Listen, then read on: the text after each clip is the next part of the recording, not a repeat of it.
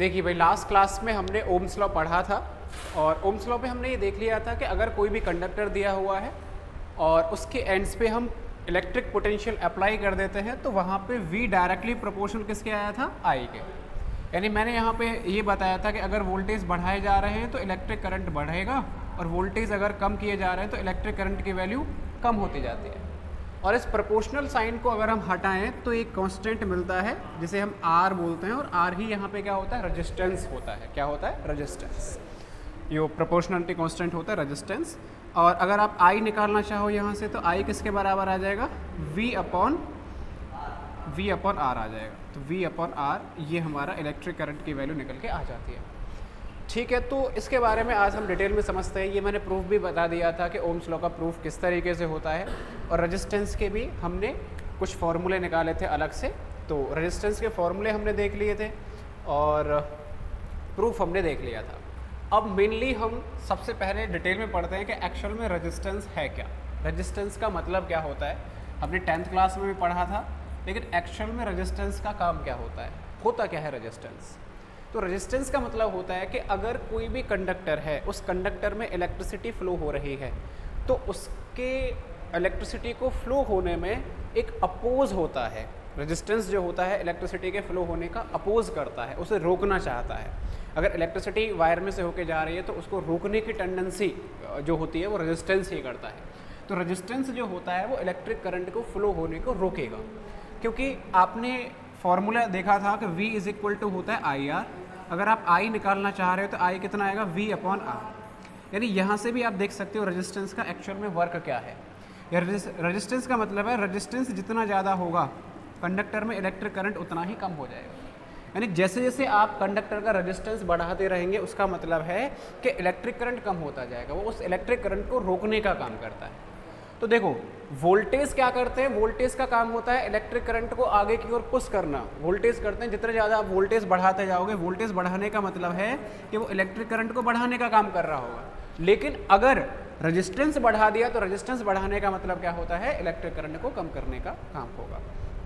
और ये जो रेजिस्टेंस होता है वो अलग अलग कंडक्टर्स के लिए अलग अलग इसकी ऑफकोर्स वैल्यू हो सकती है।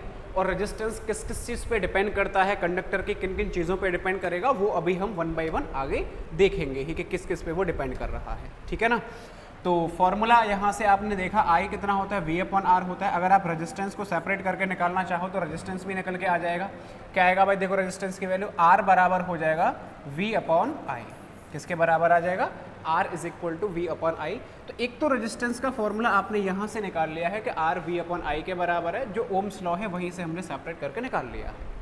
डेफिनेशन क्या है रेजिस्टेंस की, आप क्या बोल सकते हो, the ratio of potential difference across the ends of conductor and the current passing through the conductor. तो पोटेंशियल डिफरेंस और करंट जो होता है उन दोनों का जो रेशियो है वही किसके बराबर होता है भाई, रेजिस्टेंस के बराबर आ जाएगा। वहाँ से आप रेजिस्टेंस निकाल सकते हो। दूसरा आप क्या लिख सकते हो, this opposition offered to the flow of charge through a conductor is called resistance. तो जो चार्ज के फ्लो होने में जो अपोजिशन लगता है, उसे रोकने का काम जो करता है, उसी को हम क्या बोलते हैं भाई, रेजिस्टेंस बोलते हैं। तो आप यहाँ से लिख सकते हो रेजिस्टेंस ही आ जाएगा। अब बात आती है कि रेजिस्टेंस की यूनिट क्या होगी। अगर हम यूनिट निकालना चाहें तो यूनिट क्या आनी चाहिए, तो यूनिट क्या आएगी, वोल्ट पर एम्पियर। क्या मिलेगी, वोल्ट पर एम्पियर, इसकी यूनिट निकल के आएगी। और वोल्ट पर एम्पियर को हम किस नाम से जानते हैं भाई, ओम नाम से जानते हैं। क्या जानते हैं, ओम। और ओम आपको पता है साइंटिस्ट का नाम है, उन्हीं के नाम के आधार पर इसकी यूनिट दी गई है। तो रेजिस्टेंस की यूनिट ओम है, जो कि वोल्ट पर एम्पियर के बराबर होती है। आप ऐसा लिख सकते हैं कि 1 ओम बराबर हो जाएगा 1 वोल्ट अपॉन 1 एम्पियर। ठीक है, इस तरीके रेजिस्टेंस को बोला जा सकता है। अब यहाँ पे ओम है, ओम का डिफाइन किया गया है कि ओम का डेफिनेशन किस तरीके से आप लिख सकते हो, तो वहीं से आप लिख सकते हो R किसके बराबर होता है भाई, V अपॉन I होता है। यानी आप लिख सकते हो 1 ohm is equal to 1 volt upon 1 ampere. लिख सकते हैं, इस तरीके से आप लिख सकते हो कि इस तरीके से ये आ जाएगा। ठीक है भाई। अब यहाँ आप ध्यान से देखो, the resistance of conductor is said to be 1 ohm. Resistance 1 ohm के बराबर तब बोला जाएगा if 1 ampere current passes through conductor. 1 ampere current pass करे having a potential difference of 1 volt, तो 1 एम्पियर करंट पास करना चाहिए और पोटेंशियल डिफरेंस कितना होगा 1 वोल्ट, तो वहाँ पर रेजिस्टेंस किसके बराबर आ जाएगा 1 ओम के बराबर निकल के आ जाता है। तो इस तरीके से आप 1 ओम को डिफाइन कर सकते हो, 1 ohm is equal to 1 volt upon 1 ampere. कभी भी यूनिट की डेफिनेशन आया करे ना तो आपको अलग से उसे रटने की आवश्यकता नहीं है। यूनिट की डेफिनेशन कब सीधा सीधा निकाल लो, फॉर्मूला देखो, फॉर्मूला से ही हम पता कर लेंगे कि इसकी ओम होती है, इसकी वोल्ट होती है, इसकी वन बना दीजिए सभी को, तो उसी के बराबर निकल के आ जाता है। तो सीधे सीधे डेफिनेशन हम वहीं से दे सकते हैं कि ये आ गया।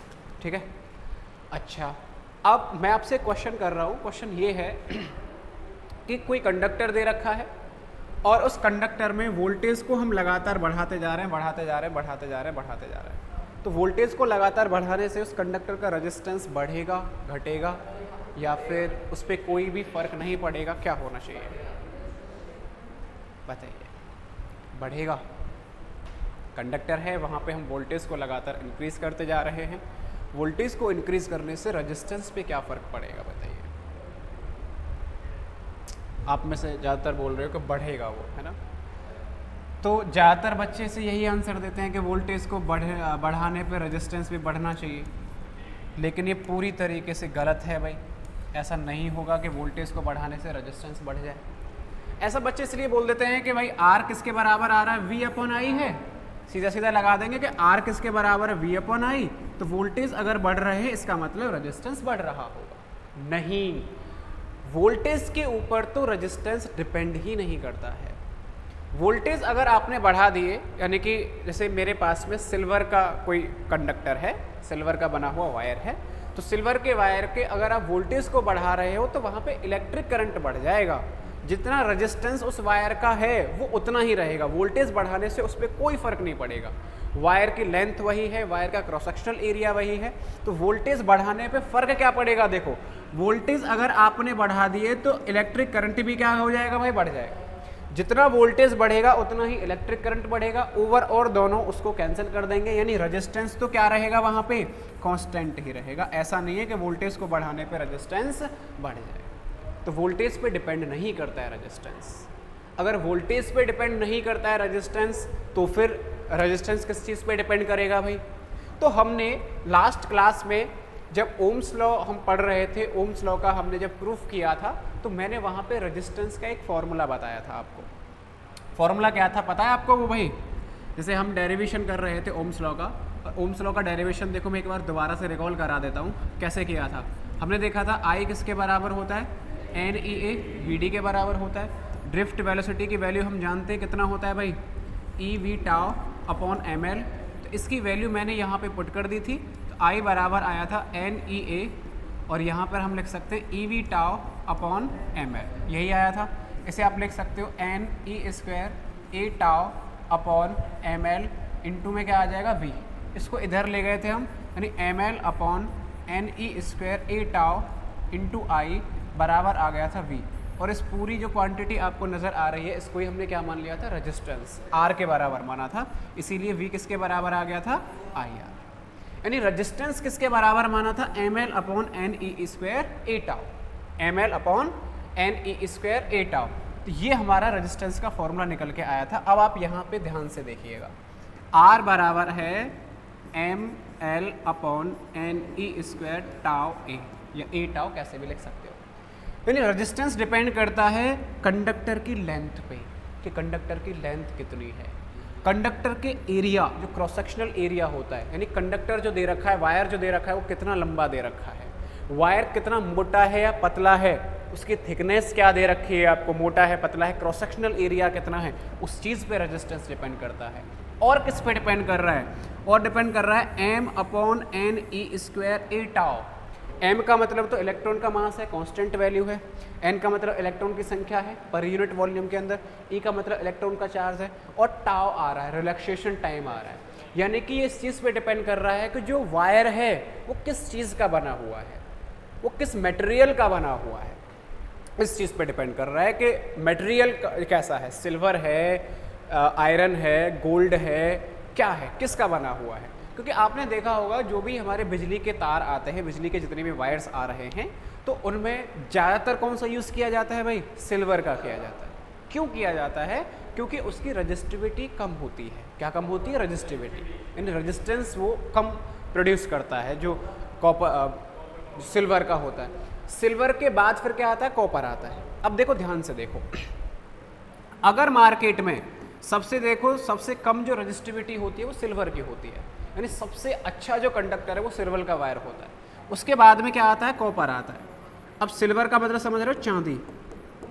अब भाई चांदी के बिजली के वायर अगर बना दिए जाएं तो इतना तो हम अफोर्ड कर नहीं पाएंगे कि चांदी के बिजली के तार होने लग जाएंगे।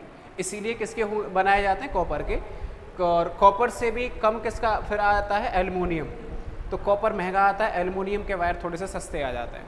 तो कॉपर महंगा आ रहा है, यानी कॉपर के हम क्यों लेते हैं? क्योंकि कॉपर अच्छा कंडक्टर है, उसमें से इलेक्ट्रिसिटी आराम से फ्लो हो जाएगी। अगर इलेक्ट्रिसिटी को कॉपर के वायर से हम पास करवाएं तो कम गर्म होता है, वायर कम हीट करता है। आपने कभी ये देखा है कि जैसे कूलर वगैरह हैं उनमें जैसे हम बोलते हैं कि मोटर जो है बनवाने जा रहे हैं, मोटर फूक गई है, तो वो पूछते हैं किसकी बाइंडिंग करवानी है, कॉपर के वायर की करवानी है एल्युमिनियम। तो कॉपर वाले जो है महंगा होता है, एल्युमिनियम वाला सस्ता होता है। तो कॉपर वाला ज़्यादा टाइम तक चलेगा, एल्युमिनियम वाला कम टाइम तक चलेगा। क्यों? क्योंकि एल्युमिनियम वाला जो वायर है वो जो है जल्दी गर्म हो जाएगा, हीट ज़्यादा हो जाता है, इसीलिए वायर जो है चिपक जाते हैं पास में। और कॉपर वाला थोड़ा सा कम हीट होता है क्योंकि इलेक्ट्रिसिटी को पास करता रहता है। और अगर कॉपर की जगह पे चांदी के वायर बनने लग जाएं तो मोटर जो है उसकी लाइफ और बढ़ जाएगी। बहुत रेयर ही कंडीशन में मोटर जो है फुका करेंगे कि मोटर फूक गई है, ज़्यादा टाइम चलने से गर्म होने के बाद फूक गई है, लेकिन चांदी के वायर हम अफोर्ड नहीं कर सकते हैं। अगर ऐसा होता कि दुनिया में इतनी ज़्यादा मात्रा में पाया जाता चांदी, तो आज के टाइम पे बिजली के तार जो है कॉपर की जगह किसके बना करते? चांदी के ही बना करते।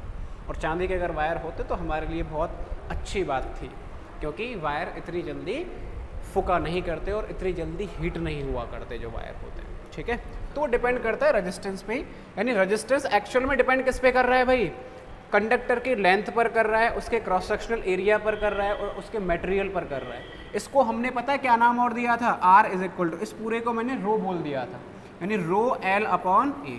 ये लास्ट क्लास में मैं बता चुका था आपको। और रो को हम क्या बोलते हैं? रजिस्टिविटी बोल देते हैं।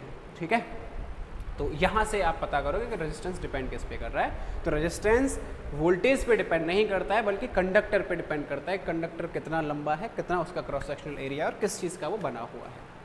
आगे करते हैं नेक्स्ट है factors influence the resistance of wire. ये वही है कि रेजिस्टेंस पे क्या क्या फैक्टर्स होते हैं। तो it is found that at constant temperature, अगर टेम्परेचर कांस्टेंट कर रखा है, the resistance of metallic conductor is directly proportional to its length and inversely proportional to the cross sectional area. यानी रेजिस्टेंस जो होता है लेंथ के क्या होता है? डायरेक्टली प्रोपोर्शन होता है, और एरिया के क्या होता है? इनवर्सली प्रोपोर्शन होता है। इन दोनों को अगर आप कंबाइन करोगे तो आर डायरेक्टली प्रोपोर्शनल क्या मिलेगा? L अपॉन ए, यही मिलेगा।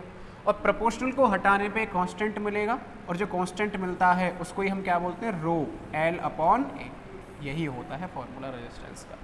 और आप चाहो तो इसे उसी फॉर्मेट में लिख सकते हो।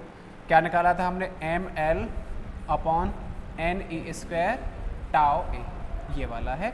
और ये जो यहाँ से यहाँ तक लिखा हुआ है यही किसके बराबर हुआ करता था? रो के बराबर होता है। तो रेजिस्टेंस किस पे डिपेंड कर रहा है? लेंथ पर और क्रॉस सेक्शनल एरिया पर। यानी अगर आप लेंथ की वैल्यू बढ़ाते जाओगे तो रेजिस्टेंस की वैल्यू भी उतनी ही ज़्यादा बढ़ती जाती है। जितना लंबा वायर होगा उतना ही ज़्यादा उसका रेजिस्टेंस होगा। और क्रॉस सेक्शनल एरिया की वैल्यू बढ़ाते जाओगे तो रेजिस्टेंस क्या होता जाएगा? कम होता जाएगा। तो मोटे तार के लिए रेजिस्टेंस कम होता है और पतले तार के लिए रेजिस्टेंस की वैल्यू ज़्यादा हो जाती है। इस तरीके से आप रेजिस्टेंस को देख सकते हो। ठीक है भाई, तो इन चीज़ों पे रेजिस्टेंस डिपेंड करता है। अच्छा, अभी मैंने यहाँ पर क्या माना है? कांस्टेंट टेम्परेचर माना है। आगे हम ये भी देखेंगे कि टेम्परेचर पे भी रेजिस्टेंस डिपेंड करता है। जैसे जैसे हम टेम्परेचर बढ़ाते जाते हैं वैसे वैसे रेजिस्टेंस भी बढ़ता जाता है। और किस तरीके से बढ़ेगा घटेगा कंडक्टर्स के लिए वो आगे हम बात करेंगे ही अभी थोड़ी देर बाद। तो अभी तो ये हमने फॉर्मूला बना दिया रेजिस्टेंस का कि इस तरीके से फॉर्मूला आ जाता है। आगे देखिएगा, स्पेसिफिक रेजिस्टेंस। स्पेसिफिक रेजिस्टेंस को ही हम क्या बोलते हैं? रजिस्टिविटी। रजिस्टिविटी, तो ध्यान रखना, रजिस्टिविटी यानी जो हम रो बोल रहे हैं उसी को क्या बोलते हैं? स्पेसिफिक रेजिस्टेंस बोलते हैं। तो कंफ्यूज मत होना कि स्पेसिफिक रेजिस्टेंस क्या है, कुछ नहीं है, बस रजिस्टिविटी को ही स्पेसिफिक रेजिस्टेंस बोला गया है। और इसका फॉर्मूला वगैरह यहाँ से देख ही सकते हो कि आर किसके बराबर है? रो एल अपॉन ए है। तो यहाँ से अगर रो निकालेंगे तो कितना मिल जाएगा? R A upon L. ये हमें रो का फॉर्मूला निकल के आ जाएगा। या फिर आप यहाँ से भी देख सकते हो, रो किसके बराबर आएगा यहाँ से, m upon N E square tau. Rho कितना मिलेगा, m upon N E square tau. Main तो फॉर्मूला यही है रजिस्टिविटी का, एक्चुअल अगर देखना चाहो। और यहीं से आप बताओगे कि रजिस्टिविटी किस पे डिपेंड करती है भाई, मटेरियल पे। डिफरेंट मेटल्स के लिए रजिस्टिविटी की वैल्यू भी क्या होती है, डिफरेंट होती है। तो अलग अलग जितने भी मटेरियल हैं उन सभी के लिए रजिस्टिविटी की वैल्यू अलग अलग होगी, किसी के लिए कम होती है तो किसी के लिए ज़्यादा होगी। द रजिस्टिविटी और specific resistance of material is numerically equal to resistance of conductor of unit length having unit cross sectional area at a given temperature. तो किसी भी गिवन टेम्परेचर पे ये रेजिस्टेंस के बराबर हो जाती है, कब, जब लेंथ 1 मीटर हो जाए और cross sectional area 1 meter square हो जाए। तो ये भी 1, ये भी 1, दोनों 1 1, यानी ये किसके बराबर आ जाएगी, उस टाइम पे रेजिस्टेंस के बराबर ही निकल के आ जाती है। तो इस तरीके से आप इसे डिफाइन कर सकते हो। अब बात आ रही है कि रजिस्टिविटी तो ठीक है, हमने निकाल लिया, फॉर्मूला ये आ गया, इसे याद रखें या इसे याद रखें। बात आ रही है इसकी यूनिट क्या हो जाएगी भाई, तो यूनिट भी आराम से बता सकते हो। क्या बनेगी, रेजिस्टेंस की क्या होती है, ओम, मीटर स्क्वायर अपॉन क्या आ जाएगा भाई, मीटर, मीटर से मीटर कैंसिल, यानी यूनिट क्या आ जाएगी, ओम इंटू मीटर। क्या मिल जाएगी, ओम मीटर, इसकी यूनिट निकल के आ जाएगी, तो ओम मीटर आ जाएगा। अब कभी कभी हमें क्वेश्चन पूछ लिया जाता है कि रेजिस्टेंस की डायमेंशन बताइए क्या होगी, या रेजिस्टिविटी की डायमेंशन बताइए क्या होगी। तो अगर आपको रेजिस्टेंस की डायमेंशन पता है तो रेजिस्टिविटी की भी आप आराम से निकाल सकते हो। तो पहले मैं रेजिस्टेंस की डायमेंशन निकाल के दिखा देता हूँ आपको। तो देखिए भाई ध्यान से, डायमेंशन ऑफ रेजिस्टेंस, पहले रेजिस्टेंस की निकालते हैं। तो आर किसके बराबर होता है, मेन जो फंडामेंटल जो फॉर्मूला है क्या होता है, वी अपॉन आई, यही होता है। अच्छा, अगर मुझे पोटेंशियल डिफरेंस की डायमेंशन पता है तो वो मैं यहाँ पुट कर सकता हूँ, लेकिन आपको डायरेक्ट याद है क्या, वो डायरेक्ट याद है तो आप डायरेक्ट पुट कर दोगे, नहीं याद है तो क्या करेंगे, इसका एक फॉर्मूला ढूंढेंगे। वी किसके बराबर होता है, डब्ल्यू अपॉन क्यू। तो ये फॉर्मूला आपको पता है, यहाँ वर्क है और ये क्या होता है, चार्ज।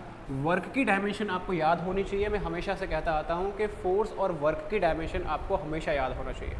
फोर्स की कितनी होती है, mL/t-2, और वर्क की कितनी होती है, mL/t-2, क्योंकि ज़्यादातर फिजिक्स की जितनी भी क्वांटिटीज़ हैं वो वर्क या फोर्स पे ही डिपेंड करती हैं, और ये दोनों याद होनी चाहिए अगर आपको किसी दूसरी क्वांटिटी की डायमेंशन निकालनी है तो वर्क की डायमेंशन हमें पता है, मैं पुट कर देता हूँ। R is equal to, V की जगह आप क्या लिख सकते हो, W upon Q into I. अब आई की तो मुझे पता है क्योंकि ये फंडामेंटल क्वांटिटी होती है। आई की डायमेंशन क्या होती है, ए। वर्क की भी मुझे पता है, ये चार्ज है, चार्ज की आप निकाल सकते हो। आई किसके बराबर होता है, क्यू अपॉन टी। तो क्यू की जगह आप क्या लिख सकते हो भाई, आई टी लिख सकते हो। तो इस क्यू की जगह अगर मैं आई टी पुट कर दूंगा तो क्या मिल जाएगा, ये आई स्क्वायर इंटू टी। अब डायमेंशन आप पुट कर सकते हो। R is equal to, work की कितनी हो जाएगी, mL/t-2, आई की कितनी होती है, A2, और टी यानी टाइम है ये। इसे अगर मैं ऊपर लेके जाऊँ तो mL2, A ऊपर चला जाएगा, A-2, T ऊपर जाएगा, T-3। तो ये हमें किसकी डायमेंशन निकल के आ चुकी है, रेजिस्टेंस की डायमेंशन निकल के आ चुकी है। सिमिलरली जिस तरीके से हमने रेजिस्टेंस की डायमेंशन निकाली है उसी तरीके से आप क्या निकाल सकते हो, रेजिस्टिविटी की डायमेंशन ऑफ रजिस्टिविटी यानी रो की अगर आप डायमेंशन निकालना चाहो तो आराम से आ जाएगी। क्योंकि आर किसके बराबर है, रो एल अपॉन ए होता है। रो किसके बराबर होता है, आर ए अपॉन एल होता है। तो अभी अभी हमने रेजिस्टेंस की डायमेंशन निकाली हुई है, कितनी आई है, mL/2A-2T-3, यही आई है। और एरिया की कितनी होती है, L2, और नीचे क्या है, एक लेंथ है L।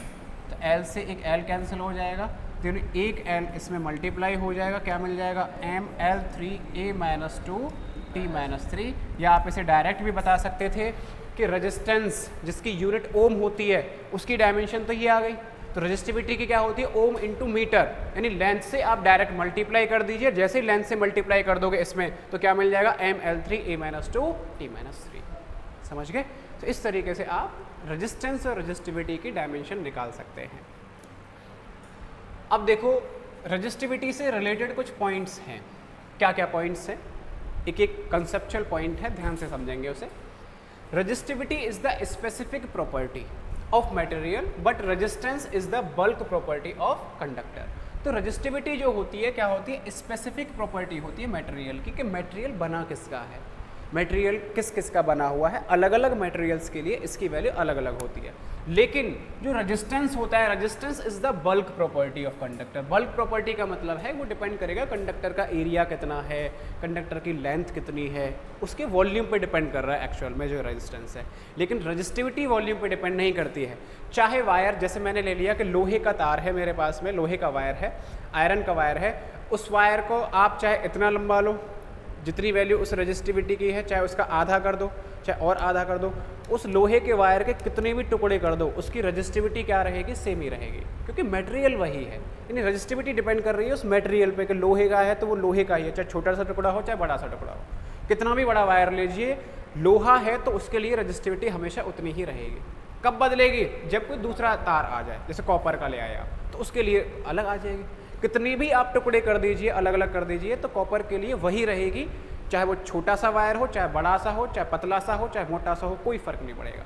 लेकिन रेजिस्टेंस बदलता है। अगर छोटा वायर है तो रेजिस्टेंस अलग होगा, बड़ा वायर है तो अलग होगा, पतला है तो अलग होगा, मोटा है तो अलग होगा। इसीलिए बोला गया है कि रेजिस्टिविटी तो स्पेसिफिक प्रॉपर्टी होती है किसी भी मटेरियल के लिए, लेकिन रेजिस्टेंस क्या होता है भाई, उसकी बल्क प्रॉपर्टी होता है। अगला point, resistivity is independent of dimensions. ये वही पॉइंट है अभी जो मैं बता रहा था कि इंडिपेंडेंट ऑफ डायमेंशन, यानी वो उस चीज़ पे डिपेंड नहीं करता है कि कंडक्टर छोटा है, मोटा है, पतला है, कैसा है, इंडिपेंडेंट है। वो केवल और केवल उसके किस पे डिपेंड करता है भाई, मटेरियल किसका वो बना हुआ है। तो इस चीज़ पे डिपेंड नहीं करेगी कि लेंथ क्या है या फिर क्रॉस सेक्शन एरिया क्या है, इस चीज़ पे डिपेंड नहीं करती है। Next, resistivity depends on nature. किस पे डिपेंड कर रही है, नेचर ऑफ मटेरियल। मटेरियल है कैसा, किसका बना हुआ है, उस चीज़ पे रेजिस्टिविटी डिपेंड करती है। ऑफ कंडक्टर एंड टेम्परेचर पे ऑफकोर्स डिपेंड करेगा ही, हर कोई करता है। और इम्प्योरिटीज़ पे करेगा कि उसमें इम्प्योरिटीज़ हैं या नहीं है। इम्प्योरिटीज़ का मतलब ही क्या है, इम्प्योरिटीज़ मिला देने का मतलब ये है कि आपने उसका नेचर बदल दिया है। भाई कॉपर है तो अगर प्योर कॉपर है तो चाहे वो छोटा हो, बड़ा हो, कैसा भी हो, सेम रहेगा। लेकिन इम्प्योरिटी मिला दी, कोई दूसरा मटेरियल मिला दिया, तो सिंपल सी बात है, रेजिस्टिविटी ऑफकोर्स बदलेगी ही बदलेगी। तो इम्प्योरिटी मिला देने से रेजिस्टिविटी बदल जाएगी, क्योंकि उसका नेचर बदल जाएगा। नेक्स्ट है, resistivity of metals increases by addition of impurities. जैसे जैसे हम इम्प्योरिटीज़ बढ़ाते जाते हैं तो रेजिस्टिविटी क्या होती जाती है, उसकी बढ़ती जाती है। Resistivity of any alloy is more than resistivity of its constituents elements. तो जो एलॉय बनाए जाते हैं, एलॉय का मतलब समझ रहे हो ना आप लोग, एलॉय का मतलब क्या होता है, दो मेटल्स आपस में मिला दिए, तीन मिला दिए, उनसे बना दिया जाए, तो एलॉय की जो रेजिस्टिविटी होती है वो क्या होती है, ज़्यादा हो जाती है। एलॉय के लिए रेजिस्टिविटी ज़्यादा होती है, और जितनी ज़्यादा रेजिस्टिविटी होती है वो उतना ही ज़्यादा इलेक्ट्रिक करंट को रोकने का काम करेगा। और जितना ज़्यादा इलेक्ट्रिक करंट रोक रहे होंगे वो इलेक्ट्रिक करंट किस में कन्वर्ट हो जाता है, हीट में कन्वर्ट हो जाता है, यानी वायर उतना ही ज़्यादा गर्म हो जाता है। और आपको पता होगा कि कई जगह एलॉयज़ का यूज़ किया जाता है, जैसे कि कॉन्स्टेंटिन, मैग्निन, ये एलॉयज़ के नाम है। नाइक्रोम का नाम तो आपने सुना ही होगा। हैव हाई रेजिस्टिविटी, इन सभी के पास बहुत ज़्यादा हाई रेजिस्टिविटी होती है। Hence these are used for standard resistance. Standard resistance box में यूज़ किया जाता है, मीटर ब्रिज में यूज़ किया जाता है। अभी मीटर ब्रिज हम पढ़ेंगे। पोटेंशियोमीटर वायर के अंदर इनका यूज़ किया जाता है। तो जितने भी एलॉयज़ होते हैं इनका यहाँ पे यूज़ किया जाता है। सिल्वर, कॉपर एंड एल्युमिनियम, देखो silver, copper and aluminium have very low value of resistivity. सबसे कम किसकी होती है, सिल्वर की, उससे ज़्यादा कॉपर, उससे भी ज़्यादा किसका होता है, एल्युमिनियम। तो इसीलिए इनका जो है वायर ज़्यादा बनाए जाते हैं। Hence these are used in making electric cables and connecting wires. अब सिल्वर का इसलिए नहीं बनाते हैं क्योंकि वो महंगा आता है, ज़्यादातर हम किसका यूज़ करते हैं, कॉपर और एल्युमिनियम का ही यूज़ करते हैं। तो ये है इसका मतलब। Fuse wire is made of tin lead alloy, it should have low melting point and low resistivity. ऐसे ही the elements of heater coils are made up of nichrome. Heater के जो कॉइल्स होते हैं वो नाइक्रोम के बनाई जाती है, which has high resistivity and high melting point. अच्छा, ये बनाया क्यों जा रहा है, जैसे बल्ब का फिलामेंट होता है वो किसका बनाया जाता है, टंगस्टन का बनाया जाता है। टंगस्टन हो चाहे नाइक्रोम हो, चाहे ये जितने भी आ रहे हैं कॉन्स्टेंटिन, मैग्निन वगैरह वगैरह वगैरह वगैरह, ये जो ऊपर वाले हैं ये कैसे होते हैं, अलॉय हैं। अब टंगस्टन या नाइक्रोम वगैरह के जो वायर्स बनाए जाते हैं, है ना, इनका मेल्टिंग पॉइंट बहुत ज़्यादा होता है। क्या होता है, मेल्टिंग पॉइंट ज़्यादा होता है, और रेजिस्टिविटी क्या होती है, इनकी ज़्यादा होती है। तो इसीलिए इनका यहाँ पे यूज़ किया जाता है। देखो हीटर का कॉइल है सपोज, ध्यान से देखना, हीटर के अंदर जो स्प्रिंग लगाई जाती हैं, तो हीटर इतनी हीट कहाँ से देता है भाई, वो इलेक्ट्रिसिटी देता है। तो इलेक्ट्रिसिटी किस में कन्वर्ट हो रही है, हीट में कन्वर्ट हो रही है। क्यों हो रही है, क्योंकि वहाँ पे आपने उसका रेजिस्टेंस ज़्यादा कर दिया है। अब रेजिस्टेंस ज़्यादा करने के क्या क्या तरीके हैं। रेजिस्टेंस ज़्यादा कैसे होता है, हम जानते हैं रेजिस्टेंस किस पे डिपेंड करता है, रो एल अपॉन ए, यानी स्प्रिंग की जितनी ज़्यादा लंबी लेंथ लोगे, स्प्रिंग जितनी लंबी होगी उतना ही ज़्यादा रेजिस्टेंस होता है। इसीलिए स्प्रिंग को इस तरीके से बनाया जाता है, लंबी से लंबी स्प्रिंग ली जाती है ताकि उसका रेजिस्टेंस बढ़ जाए। क्रॉस सेक्शनल एरिया जितना कम होगा उतना ही रेजिस्टेंस होता है, तो स्प्रिंग जितनी पतली होती है उतना ही ज़्यादा रेजिस्टेंस बढ़ाया जाता है। इसीलिए स्प्रिंग कैसी ली जाती है, हीटर के अंदर पतली सी ली जाती है ताकि रेजिस्टेंस बढ़ जाए। और जो स्प्रिंग होती है वो किसकी बनी हुई होती है भाई, हीटर के अंदर जो कॉइल होती है किसकी बनी हुई होती है, नाइक्रोम एलॉय होता है। और एलॉय की रजिस्टिविटी भी क्या होती है, ज़्यादा होती है। रजिस्टिविटी ज़्यादा होने से भी क्या होता है, रेजिस्टेंस बढ़ जाता है। ओवरऑल हम इतना रेजिस्टेंस बढ़ा देते हैं कि जो इलेक्ट्रिक करंट भेजा जाता है वो पूरे के पूरे इलेक्ट्रिक करंट को रोक के किस में कन्वर्ट कर देता है, हीट में कन्वर्ट कर देता है। इसलिए बोलते हैं जिसका जितना ज़्यादा रेजिस्टेंस होता है वो वायर उतना ही ज़्यादा गर्म हो जाता है, हीट में कन्वर्ट हो जाता है। इसलिए बोलते हैं अगर आपको डिवाइसेस को अच्छे से रन करना है तो उस वायर का रेजिस्टेंस कम होना चाहिए ताकि उसमें इलेक्ट्रिसिटी आराम से सुगमतापूर्वक उसमें फ्लो कर पाए, आराम से फैले। टंगस्टन जो होता है, टंगस्टन का मेल्टिंग पॉइंट जो होता है बहुत ज़्यादा होता है। क्या होता है, मेल्टिंग पॉइंट बहुत ज़्यादा होता है। अब बल्ब के अंदर जो फिलामेंट होता है टंगस्टन का होता है, फिलामेंट आपने देखा बल्ब का जो होता है कितना छोटा सा है ना, बिल्कुल एकदम बाल के जैसा बारीक होता है, बाल के जैसा पतला। अब इतना पतला होने का रहस्य क्या है उसके पीछे, जितना ज़्यादा पतला कर दोगे उतना ही ज़्यादा उसका रेजिस्टेंस बढ़ा दोगे, उतना ही ज़्यादा वो ब्राइटनेस उजाला दे देता है, हीट प्रोड्यूस कर देगा। ठीक है, तो बल्ब देखा है आपने, बल्ब जो है जैसे टच करते हैं तो कितना ज़्यादा गर्म हो जाता है, बल्ब भी बहुत गर्म हो जाता है। तो इन सब के पीछे यही है, रेजिस्टिविटी एंड रेजिस्टेंस है पूरा का पूरा। समझ में आया रेजिस्टेंस क्या है और रेजिस्टिविटी, दोनों में अंतर क्या होता है। अदरवाइज बच्चों को ये पता नहीं रहता है कि रेजिस्टिविटी का काम क्या है एक्चुअल में। रेजिस्टिविटी एक्चुअल में मटेरियल की प्रॉपर्टी को बता रहा है। हाँ, लाइट भी गर्म हो जाती है ना, लेकिन ये वाली जो लाइट आ रही है आजकल एलईडी लाइट जो है, जितनी भी जैसे एलईडी लाइट जो लगी हुई है ये थोड़ा कम होती है, होती तो ये भी है लेकिन कम होती है। क्यों, क्योंकि इनके अंदर जो है सेमीकंडक्टर्स का यूज़ किया गया है। सेमीकंडक्टर वाले चैप्टर में हम पढ़ेंगे तो वहाँ पे इनमें डिटेल में बात होगी। तो यहाँ सेमीकंडक्टर है, कोई फिलामेंट वगैरह इतना होता नहीं है खास। अगला है कंडक्टेंस। कंडक्टेंस जो होता है इसको हम किससे रिप्रेजेंट करते हैं भाई, जी से रिप्रेजेंट करते हैं। दो चीज़ें होती हैं, एक तो होता है कंडक्टेंस और एक होता है कंडक्टिविटी। कंडक्टिविटी को हम सिग्मा से रिप्रेजेंट करते हैं और कंडक्टेंस को जी से रिप्रेजेंट करते हैं। कंडक्टेंस होता है रेजिस्टेंस का रेसिप्रोकल। तो जो रेजिस्टेंस हमने पढ़ा है उसका अगर रेसिप्रोकल कर लोगे तो उस टर्म को हम क्या बोलते हैं, कंडक्टेंस। और जो हमने रजिस्टिविटी पढ़ी है उसका रेसिप्रोकल कर दोगे तो क्या बन जाएगा, कंडक्टिविटी। आराम से ध्यान रख सकते हो, कंडक्टेंस रेजिस्टेंस, कंडक्टिविटी रजिस्टिविटी, एक रिदम सा नज़र आ रहा है ना, वो टेंस टेंस पीछे आ रहा है, इसमें विटी विटी आ रहा है। तो कंडक्टेंस किसका रेसिप्रोकल होता है, रेजिस्टेंस का होता है, यानी G is equal to 1/R। अगर मैं इसकी यूनिट निकालूंगा तो क्या आ जाएगी भाई, देखो ओम होती है इसका, तो ओम इनवर्स, और ओम इनवर्स को पता है हम किस नाम से जानते हैं, मेहो। किस नाम से जानते हैं, मेहो। ओम इनवर्स या मेहो या फिर साइमेन, सीमेंस बोलते हैं वैसे तो ऐसे, या साइमेन बोल दो, कुछ भी आप बोल सकते हो। प्योर अगर देखना है तो सीमेंस नाम बोला जाता है इसका।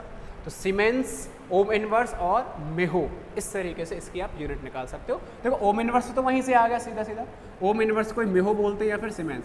इसकी जो यूनिट सीमेंस होती है ये केमिस्ट्री में ज़्यादा यूज़ की जाती है। इसको सीमेंस जो होती है इसे हम केवल एस से रिप्रेजेंट कर देते हैं, तो ये केमिस्ट्री में यूज़ होती है, इसकी यूनिट होती है। तो आराम से कर सकते हो। अगर देखो यूनिट आ गई, अगर इसकी डायमेंशन पूछ ली जाए तो जो रजिस्टेंस की डायमेंशन है उसे उल्टा कर देंगे, वही किसकी आ जाएगी, कंडक्टेंस की डायमेंशन निकल के आ जाती है। अगला है कंडक्टिविटी। कंडक्टिविटी किसका रेसिप्रोकल होता है भाई, सिग्मा इज इक्वल टू 1/ρ होता है। और 1/ρ इसका हमें यूनिट पता है क्या होता है भाई, इसका ओम इंटू मीटर होता है। अब इसका उल्टा कर दो तो ohm inverse into meter inverse, यानी ओम मीटर इनवर्स हो गया है।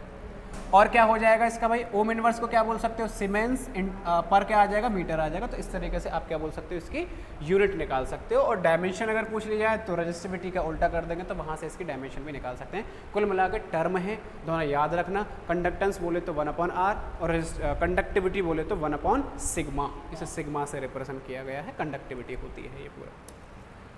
नेक्स्ट देखिए आप यहाँ पे देखो, ये क्वेश्चंस बहुत ज़्यादा पूछ लिए जाते हैं हमें कि हम सभी एक रेजिस्टेंस का फॉर्मूला जानते हैं, R किसके बराबर होता है, ρL/A। और ये जो अभी यहाँ पे लिखा हुआ है बहुत इंपॉर्टेंट बातें हैं, यहाँ पे बच्चे ज़्यादातर गलतियाँ करते हैं। क्वेश्चन ये आता है कि कोई हमारे पास वायर है, उसकी कुछ लेंथ है, मान लिया 10 सेंटीमीटर की लेंथ है, और कुछ ना कुछ उसका क्रॉस सेक्शनल एरिया भी होगा। लेंथ मैंने कितनी मानी, 10 सेंटीमीटर है।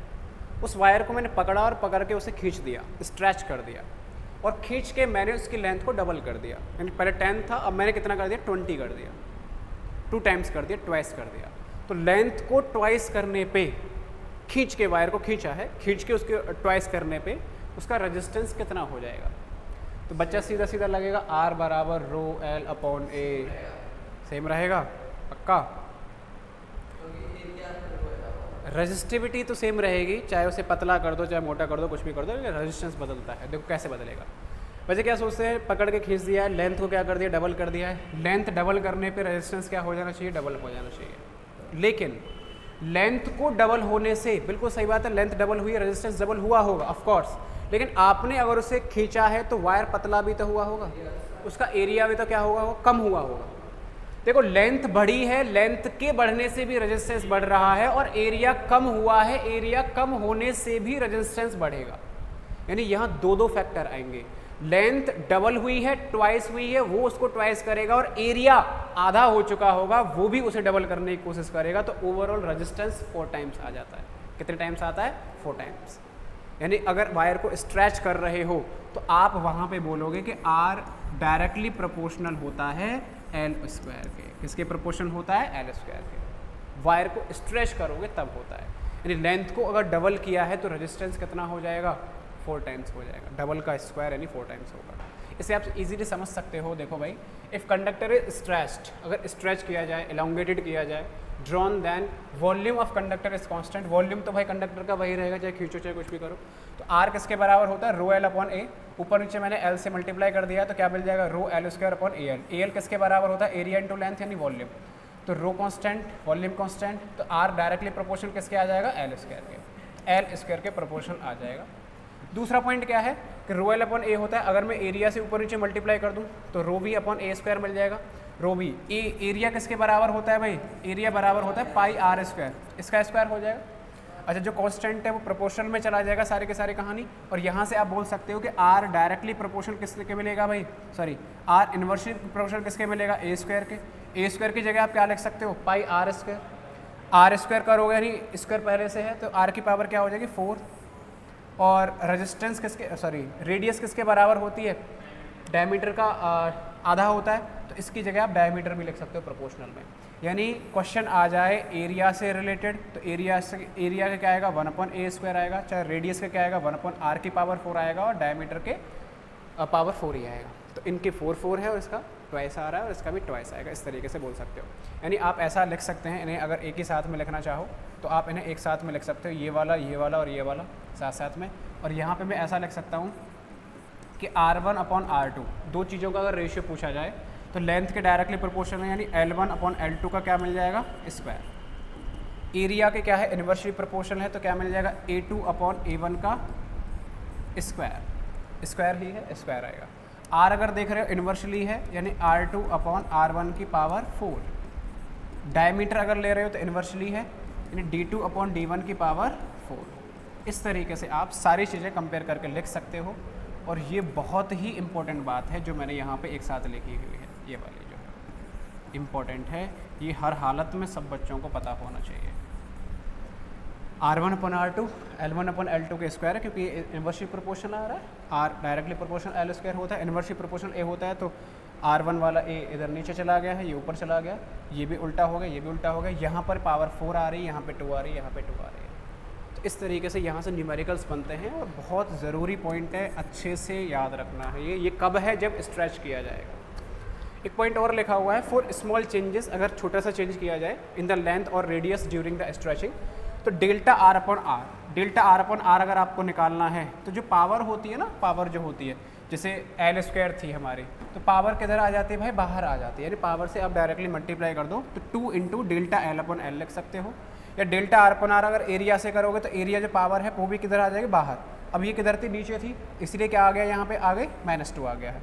अगर रेडियस देखना चाहो, रेडियस भी किधर आ जाएगी, बाहर। अब ये इन्वर्सली है तो ये किधर आ जाएगा, -4 आ जाएगा। तो डायरेक्ट आप लिख सकते हो डेल्टा R/R, ए के टर्म में ये आ जाएगा और एल के टर्म में ये आ जाएगा, अगर चेंज निकालना है तो। इस तरीके से हो जाता है, ठीक है। तो ये है, ये केवल और केवल स्मॉल चेंजेस के लिए है। स्मॉल चेंजेस के लिए का मतलब ये है कि जैसे क्वेश्चन आपसे पूछ लिया जाए कि अगर हमने किसी वायर की लेंथ को स्ट्रेच करके लेंथ को 2% इंक्रीज़ कर दिया जाए तो 2% इंक्रीज़ करने पे रेजिस्टेंस कितने % इंक्रीज़ हो जाएगा।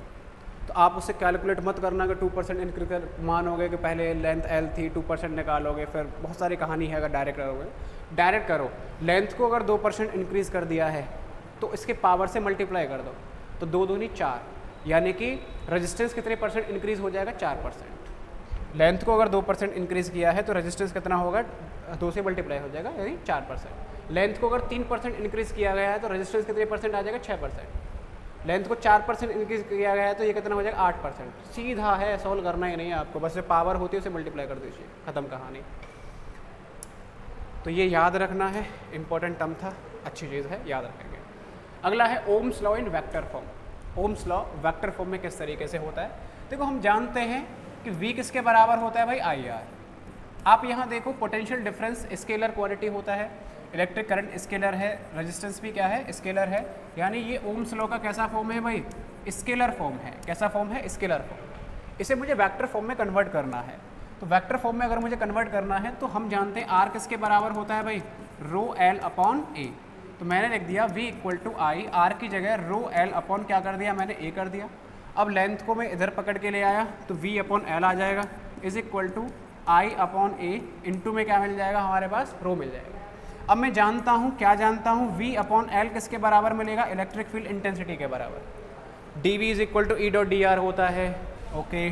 अच्छा, I अपॉन A किसके बराबर मिलता है, J के बराबर। करंट डेंसिटी याद आ रही है आपको, क्लास में पढ़ाया था, J is equal to I upon A होता है। तो इसकी जगह मैं E लिख दूंगा और इसकी जगह मैं क्या लिख दूंगा भाई, J लिख दूंगा इंटू रो। ये भी वेक्टर क्वांटिटी, ये भी वेक्टर क्वांटिटी, तो E किसके बराबर आ गया, रो J के बराबर आ गया। E is equal to rho J, यही इसका क्या है, वेक्टर फॉर्म। आप इसे ऐसे भी लिख सकते हो कि E वेक्टर कितना निकल के आया है हमारा, रो J, ये वेक्टर फॉर्म है। इसको फर्दर आप क्या लिखोगे, रो किसके बराबर होता है भाई, 1 अपॉन सिग्मा। अभी मैंने पढ़ा था कि रजिस्टिविटी कंडक्टिविटी का उल्टा होती है, कंडक्टिविटी रजिस्टिविटी का उल्टा होती है। तो रो की जगह अगर मैं 1 अपॉन सिग्मा पुट कर दूं तो E कितना मिल जाएगा, 1 upon sigma into J vector. तो इसे इधर लेके जा सकते हैं, तो देखो J वेक्टर कितना मिल के आ जाएगा हमारा, सिग्मा इंटू E वेक्टर। तो इस तरीके से आप इस फॉर्मेट में इसे याद रख सकते हो, और यही क्या है, वेक्टर फॉर्म है ओम्स लॉ का, vector form of Ohm's law. तो क्या किया है, बहुत सिंपल तरीके से मैंने आपको बता दिया है इसे। V किसके बराबर होता है, IR। R की वैल्यू आप जानते हो, रो L अपॉन होता है, पुट कर सकते हैं। L को इधर ले गए, A को इधर ले गए, ये क्या बन गया, E बन गया, और ये क्या बन गया, J बन गया। यहाँ तक भी आप लिख सकते हो, E equal to rho J, equal to rho J। Rho की जगह 1 अपॉन सिग्मा पुट कर दिया, सिग्मा के टर्म में अगर निकालना है तो इधर उधर क्रॉस मल्टीप्लाई करेंगे और J किसके बराबर मिल जाएगा, सिग्मा इंटू E। तो ये 2 तरीके से क्वेश्चन आ सकता है। या तो आपसे पूछेगा कि ओम्स लॉ का वेक्टर फॉर्म लिखिए, क्या होगा, ओम्स लॉ का वेक्टर फॉर्म लिखिए, या फिर पूछेगा what is the relation between J, sigma and E। तो ये रिलेशन पूछा जाए तो रिलेशन आप बता सकते हो, या प्रूफ करवाए कि इस रिलेशन को प्रूफ करो कैसे आया तो भी बता सकते हो, या ओम्स लॉ का वेक्टर फॉर्म पूछा जाए तो भी बता सकते हो। तो कैसे भी क्वेश्चन आ जाए आप आराम से इसे कर सकते हो, ठीक है। तो क्लियर हो गया में रेजिस्टेंस क्या है, एक्चुअल में रजिस्टिविटी क्या है, और वायर को स्ट्रेच करके किस तरीके से वेरी करती है, किन किन चीज़ों पे ये सारी चीज़ें डिपेंड करती हैं, और ओम्स लॉ का वेक्टर फॉर्म क्या होता है, वो सारी चीज़ें हमने आज की क्लास में की हैं। तो इन्हें लिख लीजिए आप, बाकी नेक्स्ट क्लास में हम डिस्कस करेंगे सारी चीज़ें, ठीक है।